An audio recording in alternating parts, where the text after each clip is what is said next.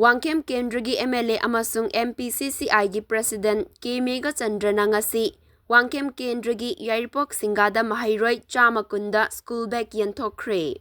Singa Idol Club Yairpok Singana Sinduna ngasi Club asigi sanglenda pangthokpa Second Annual SIC Sports and Literary Week 2024-25 ki thoramaduda MLA K. Megachandrana Maheiroising da school bag amadi atay study materials sing adu yenthokhi.